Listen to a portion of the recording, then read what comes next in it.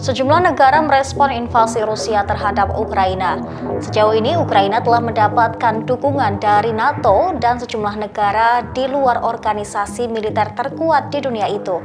Akan tetapi, ada pula negara yang berpihak pada Rusia. Berikut rinciannya. Perang timbul setelah Presiden Rusia, Vladimir Putin, menyatakan pihaknya akan melakukan invasi atau operasi militer di Ukraina pada Kamis 24 Februari kemarin. Putin juga meminta militer Ukraina untuk meletakkan senjata mereka. Tak lama setelah pernyataan Putin, Rusia langsung menyerang Ukraina dengan meledakkan beberapa daerahnya, termasuk ibu kota Ukraina, kota Kiev. Putin memperingatkan negara-negara lain bahwa setiap upaya untuk mengganggu tindakan Rusia akan mengarah pada konsekuensi yang belum pernah mereka lihat. Sehari setelah serangan tersebut dilaporkan 137 orang Ukraina tewas. Serangan Rusia ke Ukraina memicu reaksi sejumlah negara. Beberapa negara mengecam serangan tersebut dan menjatuhkan sanksi ke Rusia. Namun beberapa negara lainnya bergeming dan menyatakan keberpihakannya. Ukraina mendapat dukungan dari NATO seperti negara Amerika Serikat, Inggris, Uni Eropa, Jerman, Italia, Prancis, Australia, Jepang, Korea Selatan, Bulgaria, Rumania, dan Estonia. Ada beberapa negara yang telah menyatakan dukungan kepada Rusia setelah Vladimir Putin mengumumkan rencana untuk menyerang Ukraina. Bahkan beberapa negara tersebut juga mendukung tindakan Putin yang mengakui kemerdekaan dua wilayah separatis pro-Rusia, yaitu Donetsk dan Luhansk.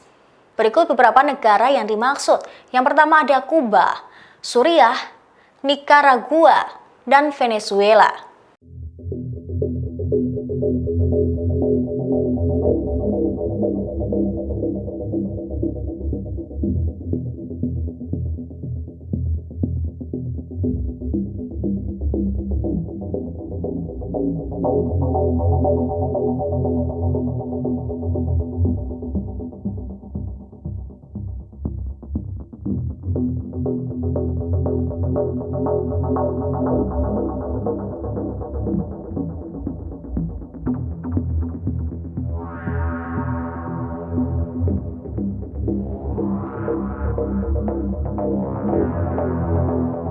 Vladimir Putin mengumumkan invasi penuh ke Ukraina pada Kamis 24 Februari 2022. Dahulu Ukraina dan Rusia merupakan negara bagian dari Uni Soviet yang kemudian melepaskan diri. Kini Rusia justru melakukan serangan terhadap Ukraina. Ukraina adalah pusat negara Slavia Timur pertama yang menjadi negara terkuat di Eropa pada abad ke-10 dan 11. Ukraina mampu mencapai kemerdekaan pada 1917 hingga 1920, namun kembali ditaklukkan secara brutal oleh pemerintahan Uni Soviet. Kemudian Ukraina resmi merdeka pada 1991 setelah Uni Soviet dibubarkan. Ukraina adalah negara demokrasi yang kurang sempurna dengan ekonomi yang sangat lemah, serta kebijakan luar negeri yang masih goyah antara pro-Rusia dan pro-Eropa pada awal kemerdekaannya. Kekacauan ini terjadi setelah krisis internal Ukraina pada November 2013 ketika Presiden Viktor Yanukovych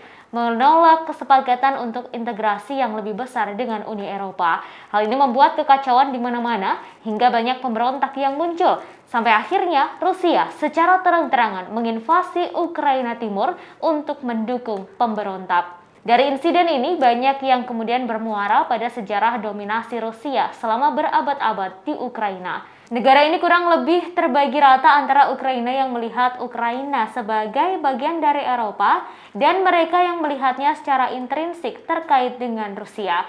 Sementara itu di Rusia, Putin mendorong kebangkitan kekaisaran pandangan dunia nasionalis yang melihat Ukraina sebagai bagian dari Rusia yang lebih besar dan sebagai korban permusuhan Barat yang terus-menerus melanggar batas. Kemudian pada 1991, Amerika Serikat menjalin hubungan diplomatik dengan Ukraina. Kebijakan Amerika Serikat adalah berpusat pada mewujudkan dan memperkuat Ukraina yang lebih demokratis, sejahtera, dan aman terintegrasi erat ke dalam struktur Eropa dan Euro-Atlantik. Piagam Amerika Serikat Ukraina tentang kemitraan strategis menyoroti pentingnya hubungan bilateral dan garis besarnya peningkatan kerjasama di bidang pertahanan, keamanan, ekonomi dan perdagangan, ketahanan energi, demokrasi, serta pertukaran budaya. Piagam ini juga menekankan komitmen berkelanjutan dari United Negara-negara untuk mendukung peningkatan keterlibatan antara Pakta Pertahanan Atlantik Utara atau NATO dan Ukraina. Untuk memenuhi salah satu prinsip utama dari piagam tersebut, kedua negara telah membentuk Komisi Kemitraan Strategis. NATO dibuat oleh Amerika Serikat untuk melawan ekspansi Soviet.